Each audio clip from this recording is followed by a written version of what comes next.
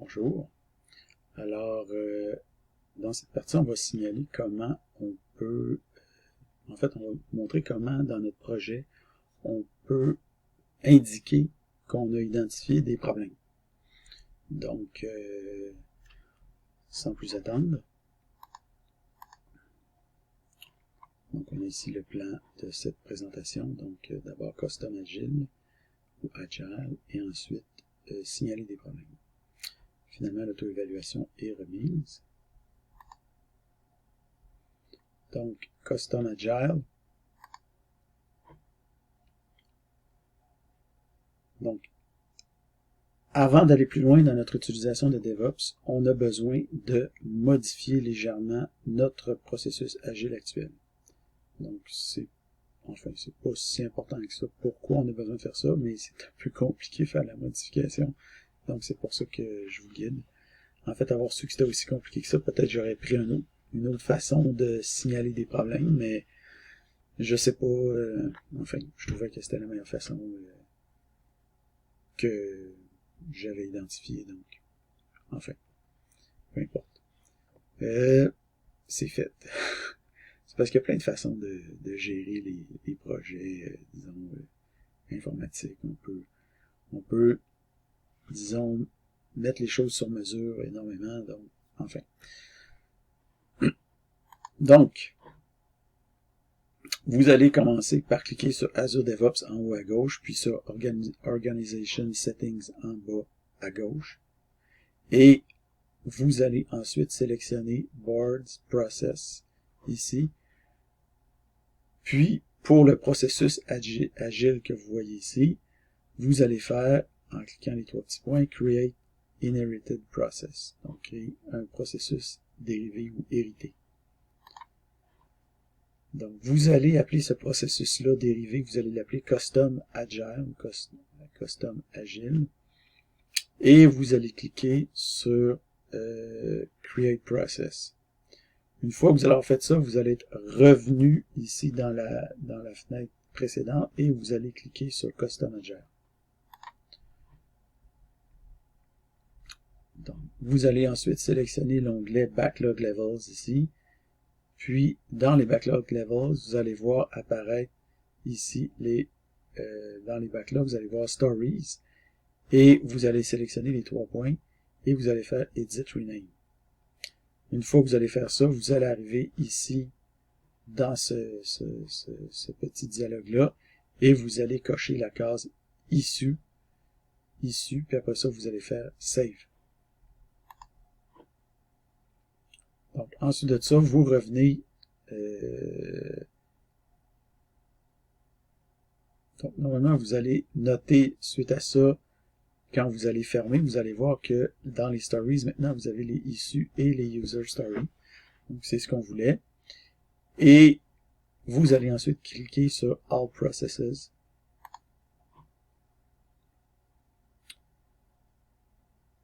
Dans All Processes, vous allez cliquer sur Agile ici. Après ça, sur l'onglet Project. Dans l'onglet Project, vous allez voir le projet compte personne. Vous allez cliquer sur les trois points pour faire Change Process. Dans Change Process, vous allez voir Select a Target Process. Vous allez sélectionner Custom Agile. Après ça, vous allez faire Save. Puis après ça, vous allez faire Close. Une fois que vous êtes revenu dans All Processes, vous allez cliquer sur Custom Agile.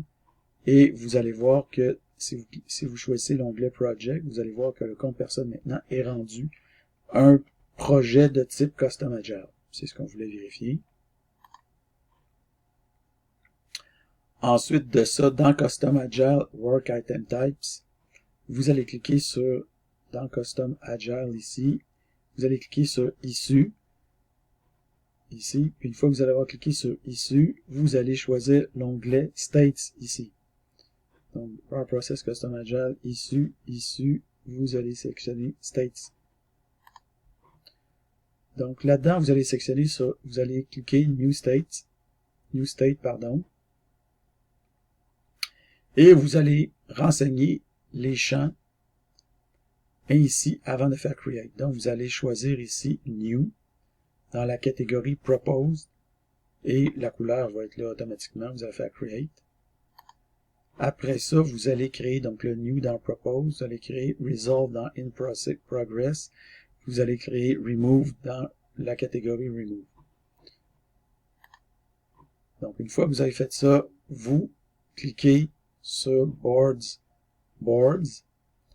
et vous allez, donc, assurez-vous après ça que vous avez ici Stories, qui est visible.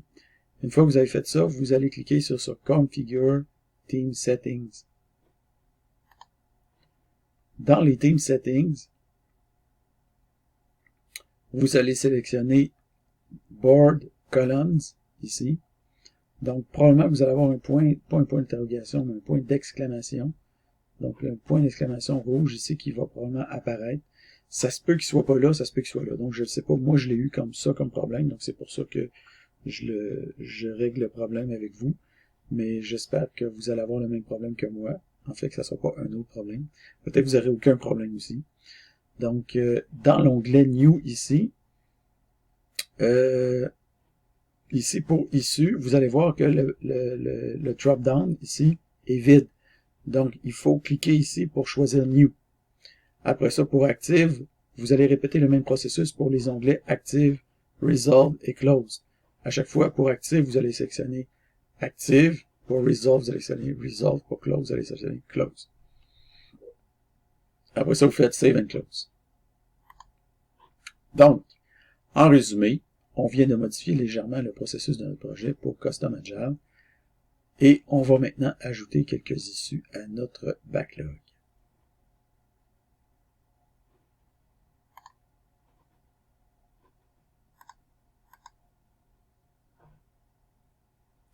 On va maintenant voir comment on peut signaler des problèmes. Donc, pour cette partie-là, on fait comme passer notre cerveau en mode critique. Donc, au lieu d'être en mode développement, on devient en mode assurance qualité. Donc, on va adopter une approche critique par rapport à notre projet compte personne. On va réviser la description du projet et identifier des problèmes rencontrés dans cette description-là. Pour chaque problème identifié, on va ajouter une issue. Donc, issue, c'est le terme utilisé dans DevOps, puis c'est le terme qu'on va conserver dans notre PowerPoint. Mais c'est sûr que le mot issue en anglais n'a pas la même chose qu'en français, pas le même sens qu'en français. Mais je vais quand même conserver le mot issue ici. Mais une issue, an issue, c'est un problème. Donc, un nœud, un os. Dans le backlog. Donc, le backlog, c'est quoi? C'est la liste des tâches à faire. Donc, comme premier problème, qu'est-ce qu'on peut voir? Donc, ici, c'est marqué le compteur est bien visible. C'est une des fonctionnalités de notre logiciel, consulter le compteur. Donc, le compteur est bien visible en gros chiffres. Aucune action nécessaire autre que porter son regard au bon endroit. Donc, on peut se demander ce qui va se passer si l'utilisateur ferme son application par inadvertance ou encore si le téléphone manque de jus. Est-ce que le compte va être perdu? Donc, si je ferme mon téléphone, je le rouvre. Donc, admettons qu'on compte le nombre de personnes qui rentrent dans une salle. Après ça, pour une raison X, on a un break ou on ferme l'application, je ne sais pas ce qui se passe. Mais après ça, on veut compter le nombre de personnes qui sortent. Puis supposons que les portes sont fermées pendant un certain temps. Fait qu'on s'en va, on revient 30 minutes plus tard. Si on a fermé notre application, on a perdu notre compte. Donc, mettons qu'on avait un compte de 177 personnes. Là, on est rendu à 0, ça va pas bien, on ne se rappelle plus comment il y avait de personnes. Donc, on fait quoi dans des circonstances comme celle-là? On va commencer par ajouter une nouvelle issue. Donc, dans DevOps, vous allez cliquer sur Boards. Dans Boards, vous allez cliquer sur New Work Item. Ici, New Work Item. Donc, compte personne, Board, Work Items, New Work Items. Et vous allez sélectionner Issue. Ensuite, ça, on va renseigner les champs. Donc, on va commencer par donner un nom. On va l'appeler compte perdu. Ici, dans la description. C'est-à-dire, ça, c'est le nom de l'issue. Après ça, dans la description, on va rajouter le texte qu'on voit ici. Donc, que se passe-t-il si l'utilisateur ferme son application par inadvertance ou si le téléphone manque de jus? Est-ce que le compte est perdu? Finalement, on va ajouter un tag ici qu'on va appeler question. Donc, on va ajouter un tag ici. Il suffit de cliquer sur plus et d'entrer le tag en question. Après ça, vous cliquez sur Save. Donc, après avoir sauvegardé, DevOps va attribuer automatiquement un ID unique à l'issue. En fait, l'ID est unique, mais il est unique en toutes les formes de problèmes ou de cartes, de trucs, disons, de work item possibles. Donc, là, on va avoir le numéro 1, mais si jamais vous avez déjà gossé sur DevOps avant, ça se peut que vous ayez le numéro 3 à la place de voir le numéro 1. C'est pas grave si vous avez le numéro 3, ok? C'est juste la seule chose importante, c'est qu'il faut que le numéro soit unique. Ça, c'est DevOps qui s'en charge. Okay? Mais c'est quoi le numéro? Est-ce que c'est 1 ou est-ce que c'est 325? Ça n'a pas d'importance. Ensuite de ça, vous allez cliquer ici sur Follow pour suivre le développement relatif à cette issue-là. Donc, quand on clique Follow, ça veut dire qu'après ça, quand il y a des changements qui vont être effectués à cette carte-là, automatiquement, on va être signalé que ces changements-là sont effectués. Présentement, c'est pas vraiment utile parce que vous êtes unique sur le projet. Mais mettons que vous seriez plusieurs sur le projet, ben, quelqu'un ferait une modification à l'issue en question, vous seriez automatiquement notifié qu'il y a eu une modification. Donc, ça va être utile dans votre projet d'équipe, à vous, de faire le follow. Donc, c'est pour ça que j'en parle ici. Parce qu'évidemment, tout ce qu'on fait là, c'est transposable à votre projet d'équipe. OK? Donc, ensuite de ça, Work Items. Donc, vous allez cliquer sur Back to Work Items ici. Donc, la liste va s'afficher des Work Items. Mais évidemment, il y a juste un Work Items pour le moment. Correct. Second problème, sonorité. Donc, voici un autre problème qu'on peut identifier dans la description. Donc, comment un portier fera-t-il pour porter attention à la sonorité de son appareil si le bruit ambiant est puissant? Parce qu'ici, on dit que quand on incrémente le compteur, l'appareil émet une sonorité. Décrémentant le compteur, l'appareil émet une autre sonorité, puis remettre le compteur à 0, l'appareil émet une troisième sonorité. Mais si jamais, souvent, les portiers ou les vont travailler dans des environnements où peut-être ça se peut que ce soit bruyant, dans un spectacle, par exemple. Donc là, lui, son petit téléphone va faire télé, télé, télé, télé, télé. Peut-être que ça va passer un peu inaperçu. C'est peut-être pas le bon moyen de donner un feedback à l'utilisateur. Peut-être qu'il y aurait moyen d'ajouter une autre façon de donner du feedback. Donc, c'est pour ça qu'on signale ce problème-là. Donc, on va ajouter une nouvelle issue dans la description. Et ce qu'on va faire aussi cette fois-là, c'est qu'on va faire une saisie des trois fonctionnalités avec leur description qui sont en cause. Okay? Donc, ça peut être une bonne idée, ça. Vous faites une saisie de où vous trouvez le problème, puis vous le faites un copier-coller dans l'issue pour montrer c'est où qu'est le problème. Puis dans ce cas-là, on a même souligné en rouge. Donc, vous, dans ce cas-là, évidemment, ce que vous allez faire, vous allez prendre cette image-là, puis vous allez faire un copier-coller dans votre DevOps. Comme ça, vous n'aurez pas besoin de recréer cette affaire-là. Okay? Mais vous voyez que vous allez avoir besoin de créer ce genre de saisie-là pour la suite. Okay? Donc, on rajoute ça ici. En guise de seconde issue.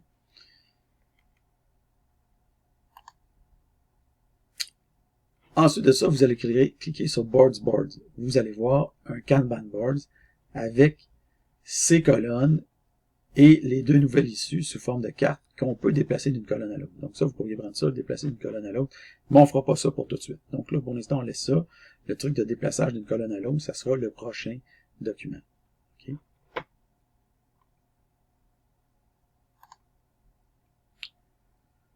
Donc là, maintenant, vous allez rajouter des nouvelles issues. Okay, vous allez identifier au moins deux autres problèmes ou questionnements en ce qui concerne la description actuelle du projet Code Personne.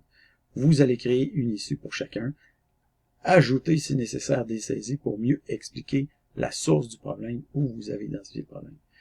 Notez que vous pouvez ajouter rapidement des issues avec le New Item ici. Donc, vous pouvez cliquer sur New Item, puis après ça, sélectionner Issue. Mais si vous faites ça, vous allez pouvoir mettre un titre, mais il va falloir ajouter la description et les tags par après. OK? Donc, si maintenant vous affichez les work items, vous devriez en avoir au moins 4. Donc, moi, comme vous voyez, j'en ai mis 6. Les ID vont pas être nécessairement consécutifs et c'est pas un problème.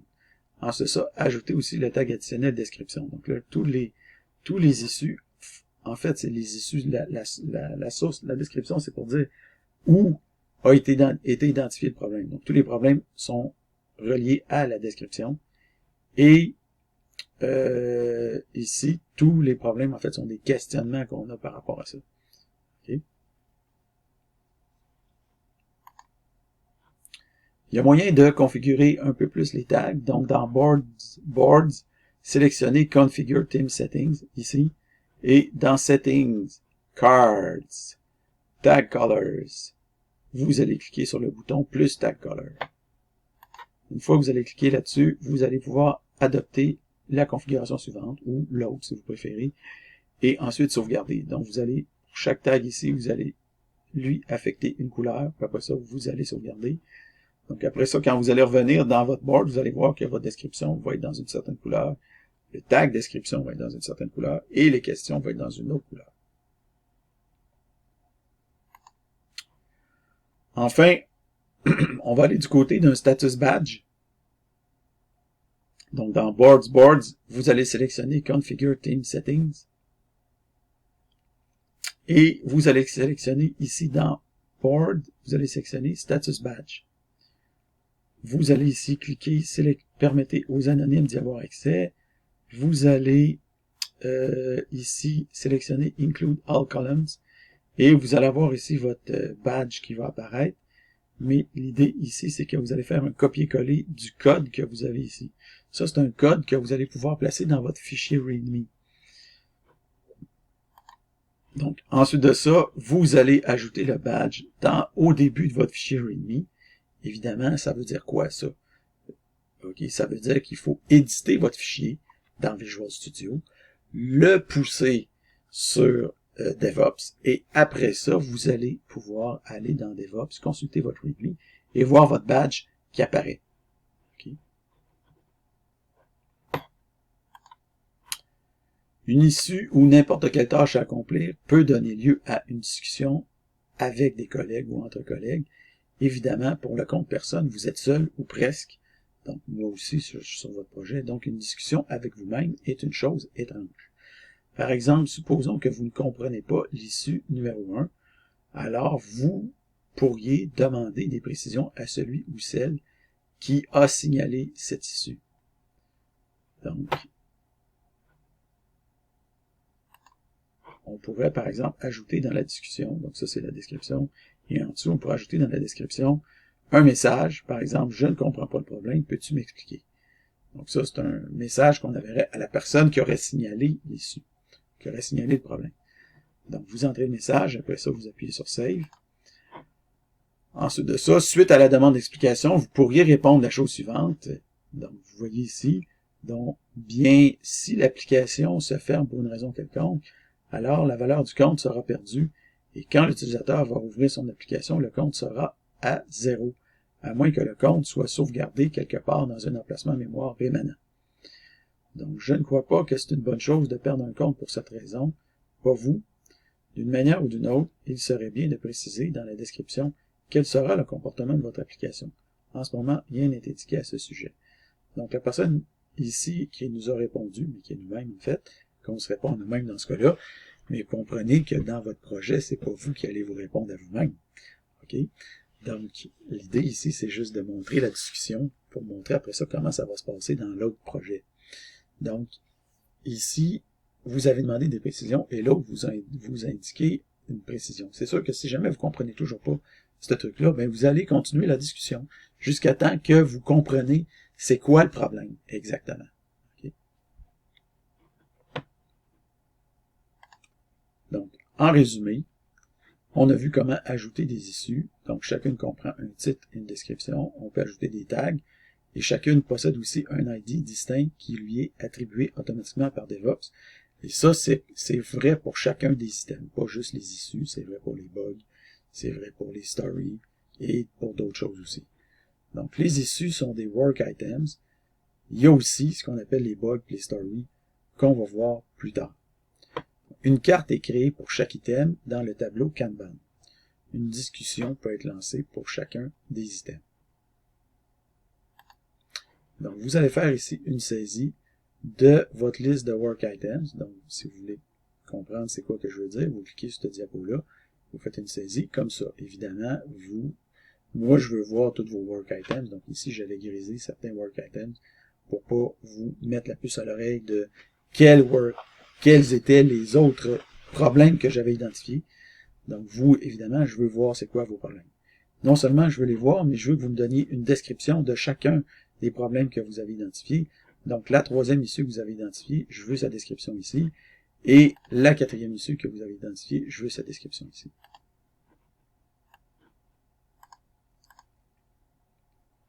Finalement, auto-évaluation et remise.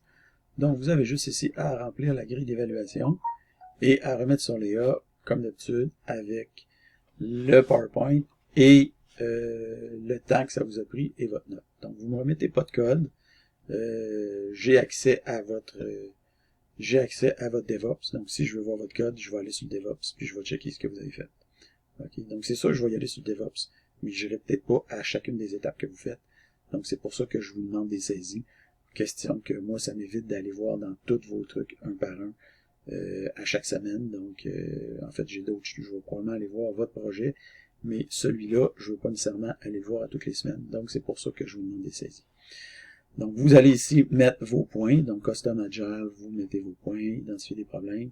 Après ça, chacune des issues additionnelles que vous avez trouvées, vous mettez des points. Ça vous donne sur 10. Voilà, suite dans la prochaine section.